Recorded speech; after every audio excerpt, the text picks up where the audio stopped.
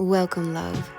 This is Sex, Drugs, and Sound Bowls, and I'm Jessie Siren, here to stir the cauldron with raw psycho-spiritual talks on healing, plant medicine, sex, motherhood, and the sacred chaos that cracks us open and lights the way forward.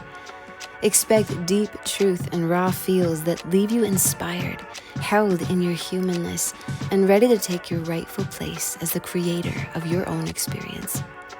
With a deep breath and an open heart, let's be all the way here now. Hello and welcome back to Sex, Drugs, and Sound Bowls. I'm your host, Jessie Siren, reporting live mid-chrysalis, let's be real, mid-mush.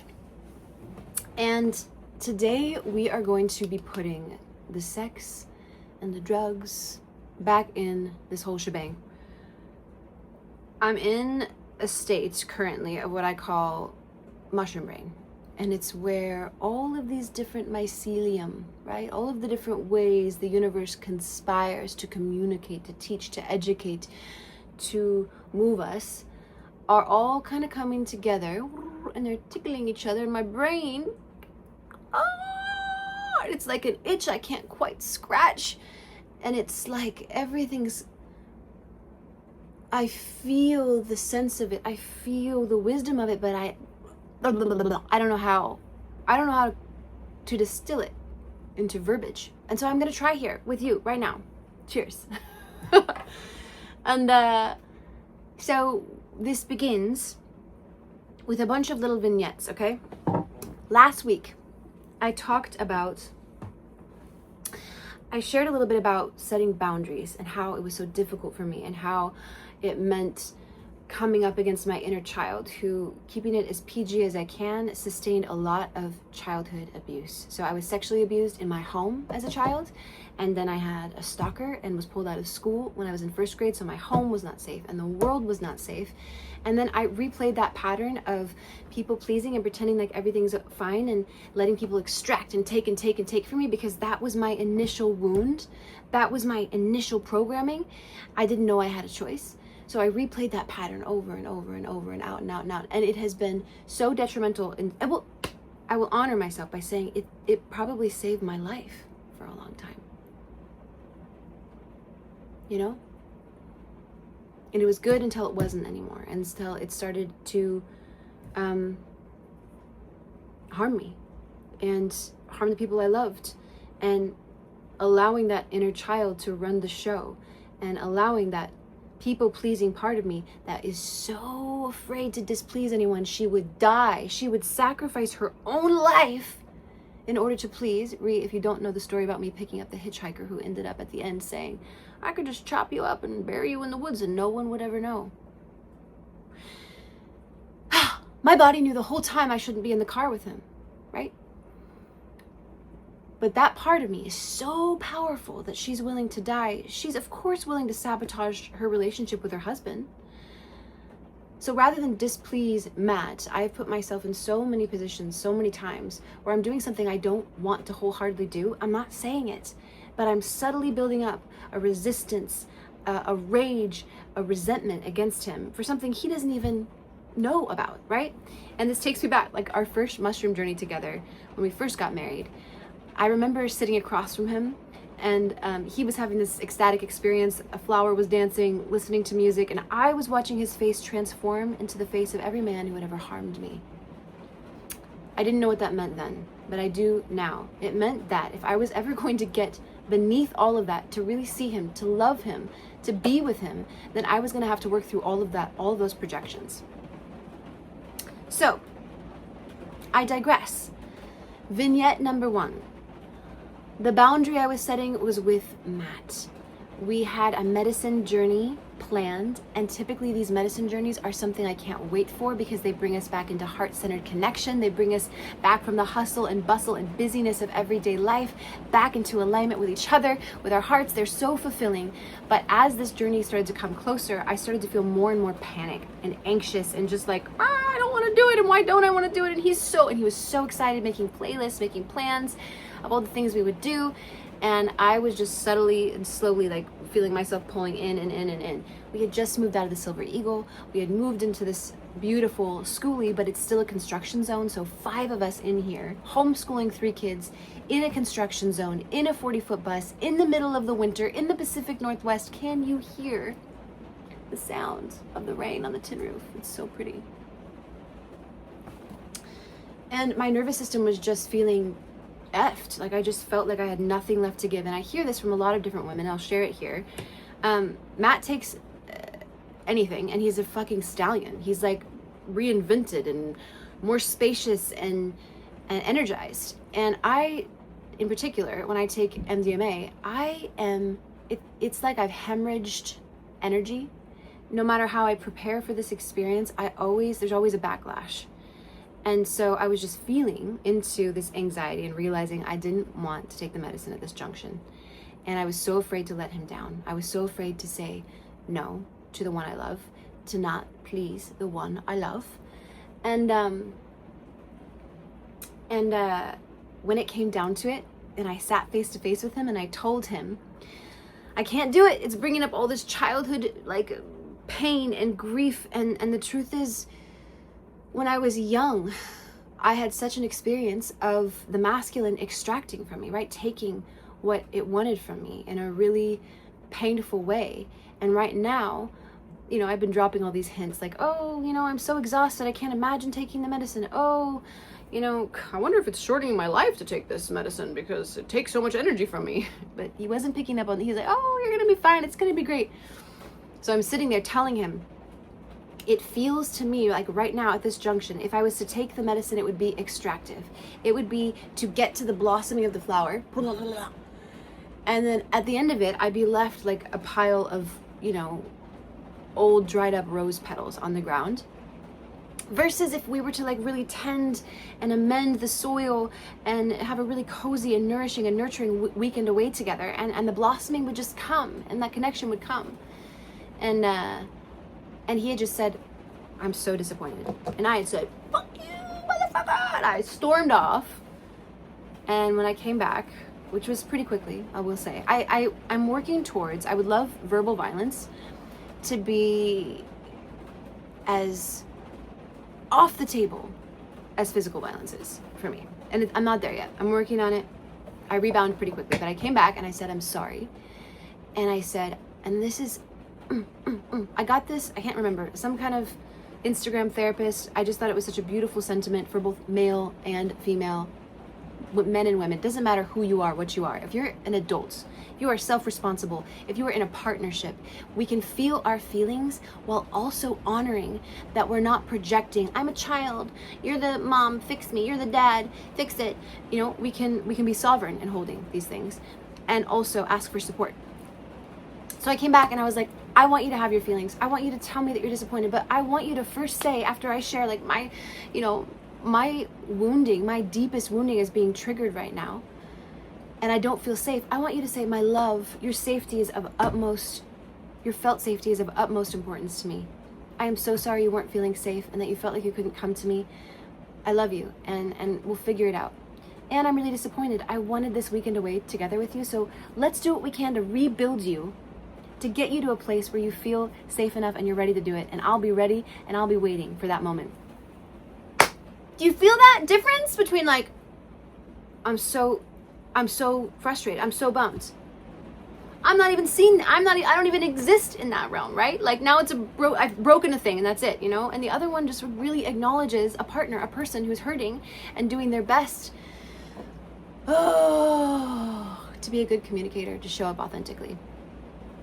And Matt got to show up authentically too. So I said, let's just not talk about it for a few days. We didn't. When we finally came back together, it was a much more compassionate on both ends, my end too, conversation. And he was like, of course I want you to feel safe. I'm just disappointed because I want to be close to you. And I totally get that because it has been in the past. It's not, you know, nothing is, like even water can give life and water can take.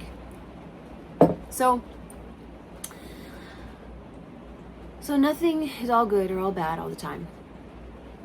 So we kind of moved through that, right? Vignette number 1. me waiting for Matt to say, you know what, it sounds like you're too exhausted for this medicine, and finally fucking standing up for myself and saying, I'm not ready for this medicine. And having to keep turning myself around from the guilt and the shame of being like, I let him down, what if the weekend's not amazing, it's not going to be perfect, back to the, aren't you so fucking happy and fulfilled that you have your own back, that you've got yourself, that you are, it doesn't matter if the world is safe or your partner is safe, because you are fucking safe, you are the safe place? Doesn't that, and every time I turn myself around towards that feeling, I could like, let go of the guilt and the shame. Then the weekend came, vignette number 2. First night, we're there. Matt says, let's go get some tequila. I know in my head, I don't really want to drink tequila, but I've already been such a party pooper about the MDMA. And I'm like, so scared. My inner child is so scared that I'm not enough. That the me without the heart opening medicine or the tequila is like not fun enough, or I'm too boring, or I'm gonna need too much tending and it's not worth it, or whatever. So yeah, tequila, okay? Great idea.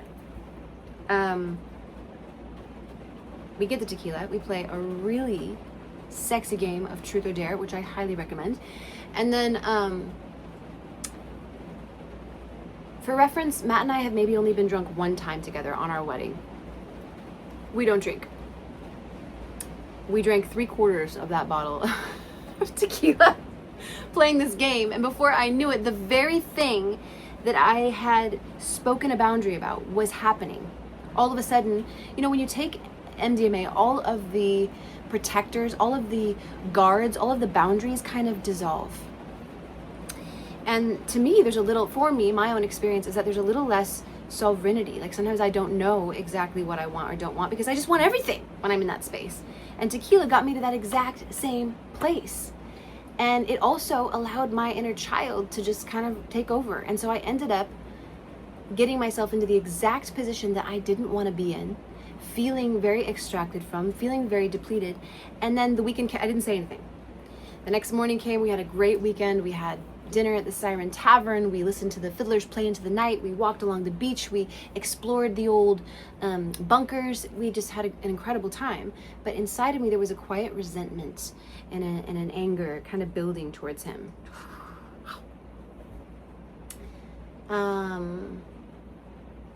Yeah, that I didn't know how to unpack. I couldn't understand what had just happened.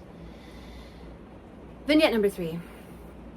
A friend, I'm gonna just I had a couple different conversations with friends. And let's say the first one is every day her husband comes home from work in big muddy boots and he's walking through the house and just tracking mud through the house. And she asks him, please, can you take your boots off so you don't track mud through the house? And sure. But the next day, muddy boots through that. And so she walks behind him and she's cleaning up the mud and she's cleaning up the mud. And she's building this quiet resentment. And every day comes home, boots, mud, every day cleaning the mud. And I hear another story from another friend who's talking about how they divvy up like who does what, who pays which bills, and who does which house chores. And he never does his house chores. Bathroom is always so filthy dirty, like she doesn't even use that bathroom. And he's late on the mortgage, and we pay a fee every month on the mortgage.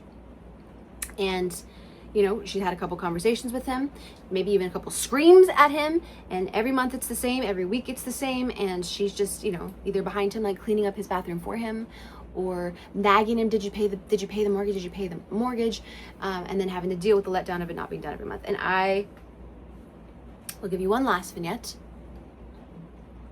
I'm on mushrooms. I am sitting atop Matt.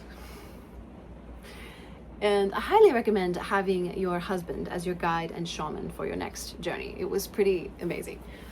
And while I'm having this experience of sitting on top of him, he's kind of laying back on a pillow. I'm sitting looking at him, and I'm having this total mushroom brain moment where I realize that it is the wounded and, what is the word? What is what I want to say? The wounded and separated. It's the wounded and unmerged masculine and feminine within each of us that is keeping us in a stalemate, basically. What came first, the chicken or the egg, right? The masculine is feeling harmed by the feminine, and so the backlash is a masculine that wants to control and extract from the feminine, and the feminine feeling harmed by the masculine through the extraction, and the control is rigid and cold and barren and withholding of her blossoming and her nourishment. And these energies, right, they live within us and they're mirrored outside of us, and they dance around us in our lives like these little mirrors, just trying to show us like, hey, this is the problem, this is the problem. And as I was sitting there looking at him, I realized there was a part of me that was waiting for him to act like the whole, deeply nourished being, feminine and masculine, encompassed. And to meet me in this life with that energy, so that I could heal and become this, whole version of myself. And then I would bless him with the blossoming and nourishment that he's been craving and needing. And as I was sitting there, like staring at him, I realized, like, oh my God, I have a lot of power. I don't have to wait. Like I could be the masculine. I could be the one who honors the shit out of myself. I could have those boundaries that keep me safe, that honor my no, that honor my timing, my way. I could do that for myself.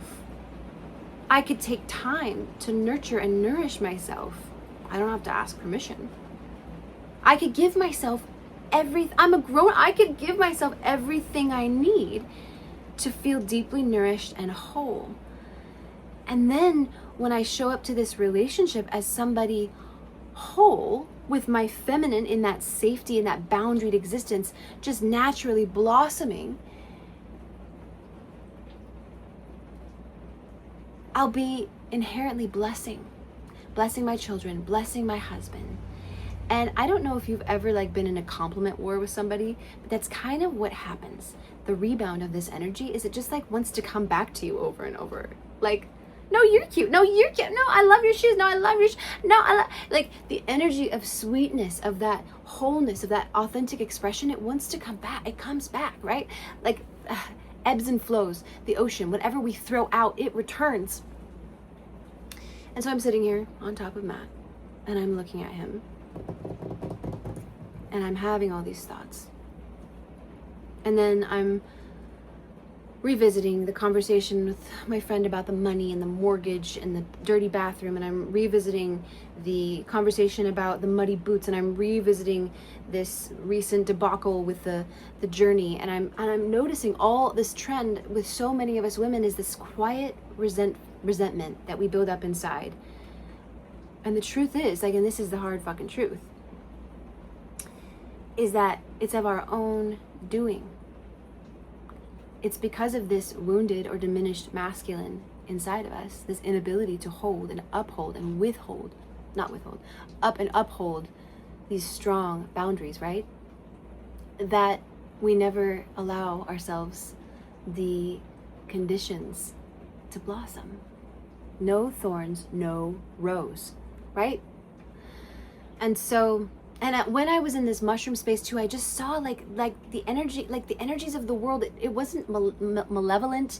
It wasn't bad or good. It was just everything is consuming all the time. We have to be sovereign. We have to be strong and boundary, because even the most benevolent person in the world, if you're not saying no and holding a strong boundary, will take what they need or want from you. That is just the way of life. I even thought of I don't know, my brain went, I would love to hear thoughts on this. My brain went to the Christian philosophy, thou shalt not kill, or the Buddhist way of non-harm. And I just thought there is no way to be in this life but to be the predator. Even if you were to follow that, right? Thou shalt not kill, thou shalt not cause harm, you would harm yourself. We all have to take life in order to live. That is the way of being here. And to me, so it begged the question, can I do those things compassionately? Can I take enough and not too much, right? Can I take just what I need? And it kind of cleared space for me to feel like I'm not just like this itty bitty, prey that the world is trying to, snuff out and take everything from. It's just the way of life here, everything, consuming everything. And so I started to see that through the mirrors, my friends, if I don't want my husband to wear his muddy boots in the house, and I'm crawling behind him and cleaning up the mud,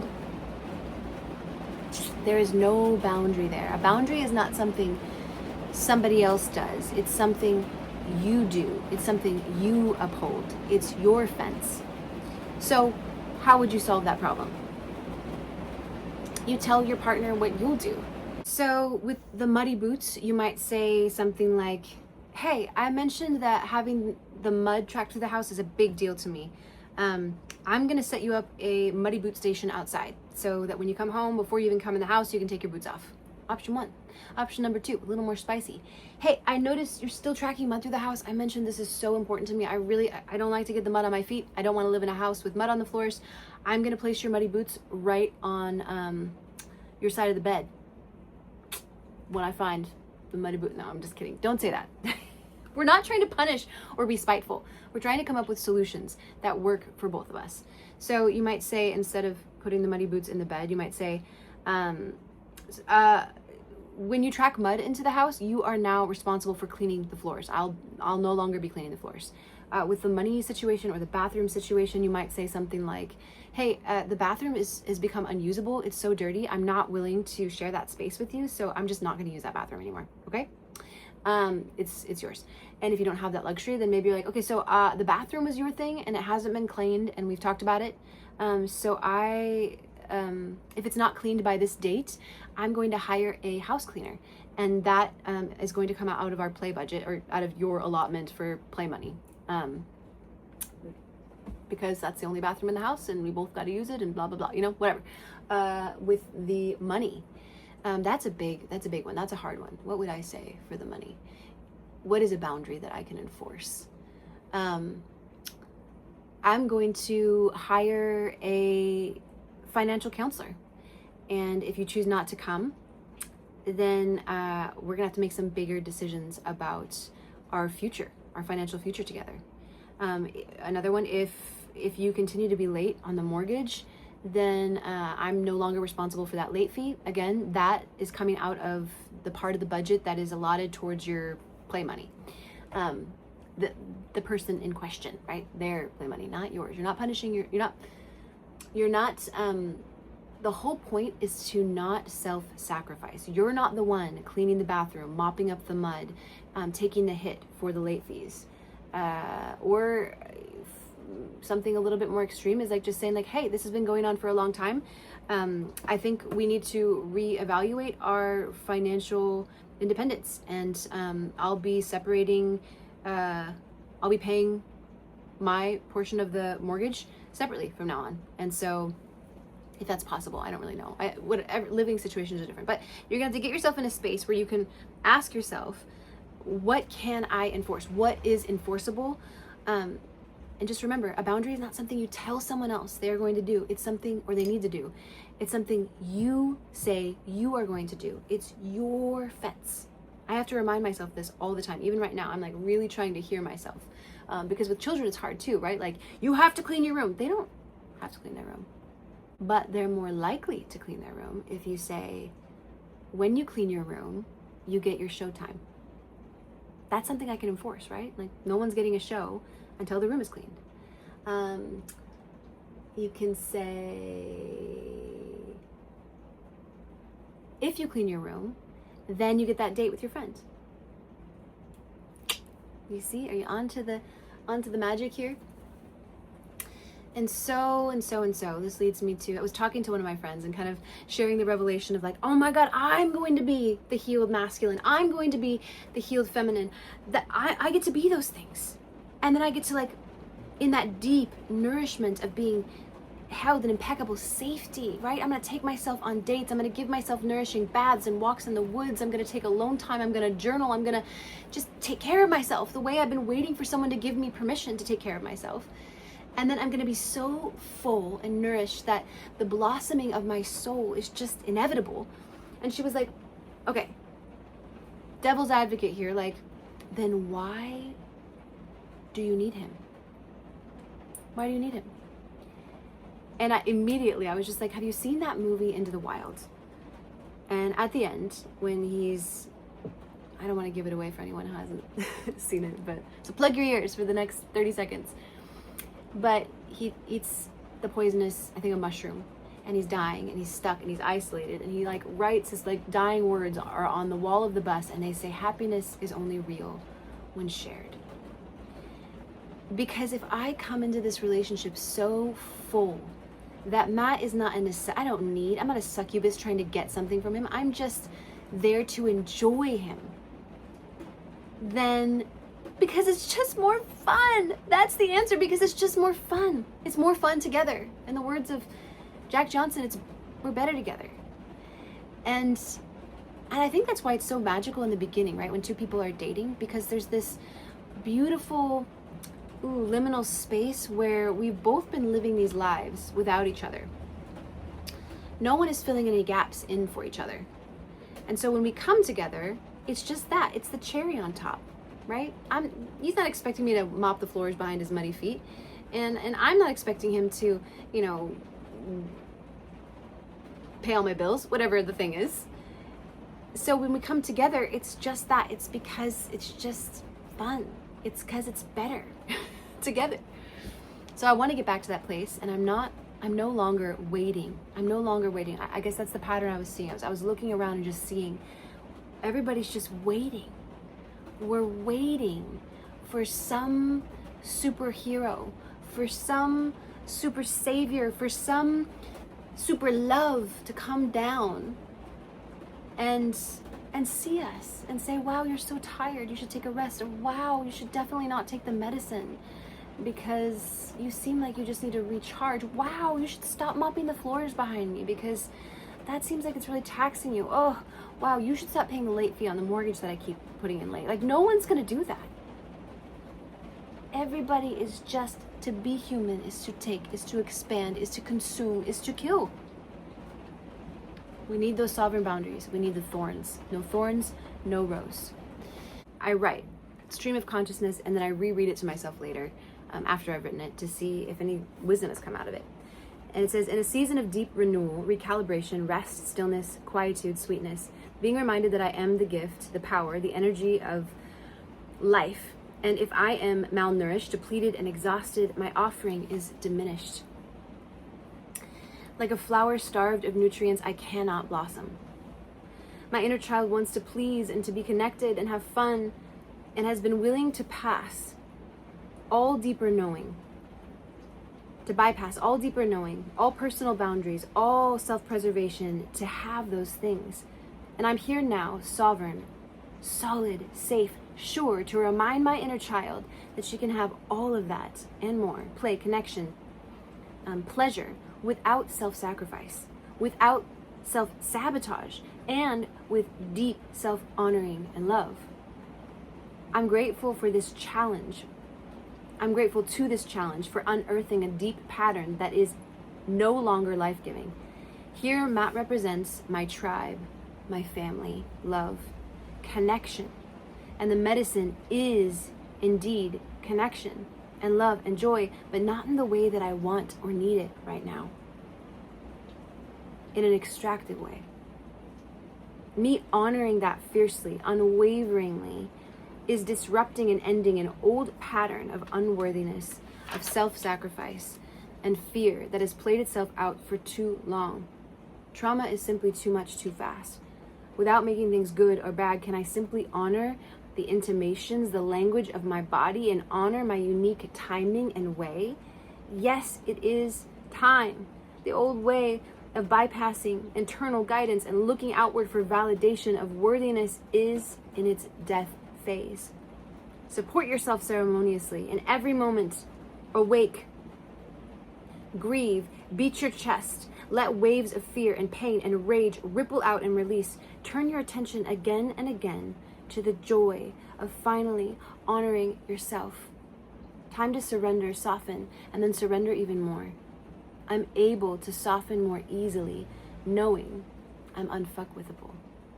Not in a guarded way, but in a way as fluid as the river. I tune into my deeper knowing. I listen, I honor, I flow from this space, this energy again and again, each moment anew. Take the time to birth a new structure that supports a new version of yourself. Don't rush. Stay true to your integrity in moments where you could easily give it away. That's all for now, folks. Mwah! Remember, your healing, your story, they matter. And they matter more than you know. Because every act of self-love, no matter how small, is you tending and mending your soil. Is you being that sacred masculine and lending yourself to the blossoming, the unfurling of your soul. And through this authentic love, this authentic expression, you emanate an energy that cannot help but change everything and everyone it comes into contact with. Love yourself. Change the world. Oh my God, I'm gonna do it. I'm gonna do it. It's March. It's officially March, and I'm gonna love myself so fucking fiercely that it spills out on everyone around me. I'm calling it Mad Love March, and I'll let you know how it goes. I'll let you know. Yeah.